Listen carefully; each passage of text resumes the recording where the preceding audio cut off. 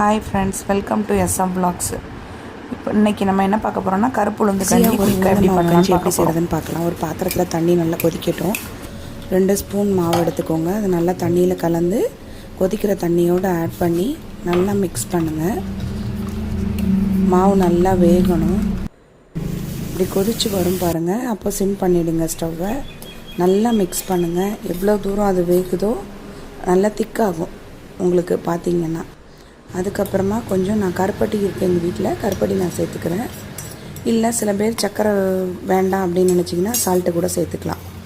அதுவும் மிக்ஸ் பண்ணி நல்லா இதாகட்டும். மாவில் என்னெல்லாம் நான் ஆட் பண்ணிக்கிறேன்னா, உளுந்த மாவு 1 கப்புனா 1/4 கப்பு அரிசி மாவு, கொஞ்சோண்டு சுக்கு, ஏலக்காய், அவ்வளோதான். இப்போ நல்லா மிக்ஸ் பண்ணி நல்லா கரைஞ்சிடுச்சு. இதுக்கப்புறமா ஒரு கப்பில் மாற்றிக்கோங்க. கொஞ்சம் தேங்காய் போட்டு இறக்கிட்டா ரெடி.